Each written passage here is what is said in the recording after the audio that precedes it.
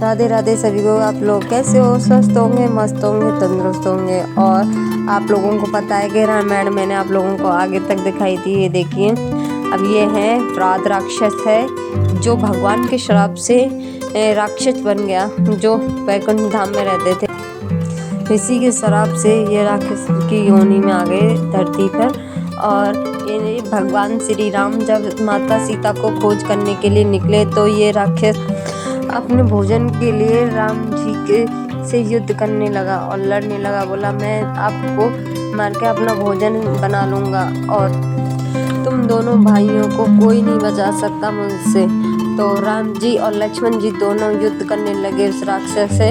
और वैसे ही वो दुखी थे और राक्षस आके ऊपर आया। पर भगवान राम को पता था कि ये राक्षस है जो देवता था पहले, अब राक्षस बन गया है और हमें इसका वध करना जरूरी है। तो भगवान श्री राम ने उससे युद्ध किया और बहुत ही लड़ते लड़ते और उस राक्षस को विराट राक्षस को उनसे बहुत लड़ाई हुई, युद्ध हुआ, घनघोर युद्ध चल रहा था।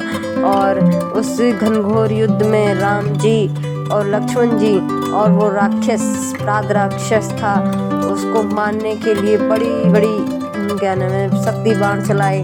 और उसके बाद में वो राक्षस कुछ देर बाद उसके प्राण निकल गए और जिससे श्री राम ने उसका वध कर दिया।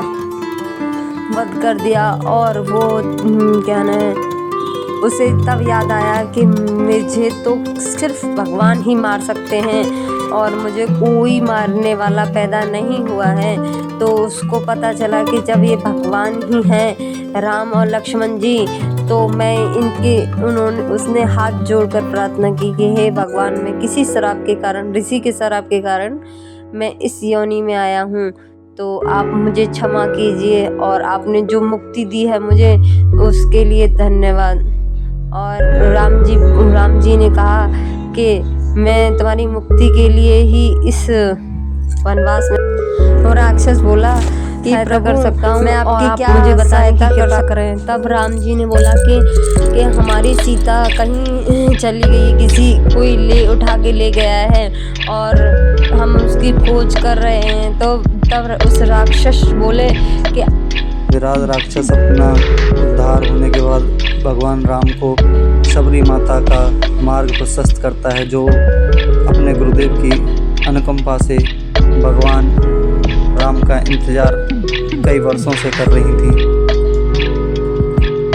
और हमारी सृष्टि दीदी और भूमि दीदी ये देखिए फोटो खिंचाने में बड़ी मस्त थी और बोली कि मम्मा फोटो खिंचो, ये दो पॉपकॉर्न खा रही हैं दोनों। जहाँ जाते हैं मेले में पॉपकॉर्न खाना है, कभी आइसक्रीम खाना है सृष्टि दीदी। ये देखिए माँ सबरी इंतजार कर रही थी और भगवान जी का भजन करके पूरी रास्ता साफ कर रही थी। बोले भगवान राम आएंगे, राम आएंगे, राम आएंगे, मैं अंगना सजाऊंगी, राम आएंगे। तो भजन कीर्तन करते करते जय श्री राम राम राम राधे श्याम श्याम श्याम पूरा द्वार सारे साफ कर दिया झाड़ू लगा के पूरे में और भगवान का कीर्तन करने लगी। और माँ सबरी यही भजन करती करती और माँ सबरी इंतजार कर रही थी भगवान श्री राम का आएंगे। कहते हैं ना कि रामा रामा रटते रटते उम्र बीत जाएगी। तो कहते हैं ना भगवान की भजन करते करते उनकी उम्र बीत गई थी और भजन कीर्तन करते वो राधे राधे श्याम श्याम राम राम राम आएंगे, राम आएंगे। और ये देखिए हम फुल मस्ती में देख रहे थे क्योंकि रामलीला देखने और पूरा पंडाल अच्छी तरह से बहुत ही प्यारा तरीके से सज रहा था। और भगवान श्री राम और लक्ष्मण जी चले आ रहे हैं वन में भटकते भटकते और माँ सबरी के पास, क्योंकि उनको पता लगे कि माँ सीता कहाँ है और सबरी जी यही बात बता सकते हैं कि कहाँ जाना है।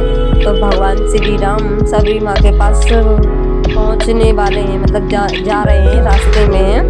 तो हम देखिए हम बड़े एंजॉय कर रहे हैं आराम से। बच्चे पॉपकॉर्न खा रहे हैं, कोई आइसक्रीम खा रहा है, कोई पानी पी रहा है और हम आराम से एंजॉय करते करते देख रहे हैं। और ये देखिए पूरा पंडाल पूरा भरा हुआ है।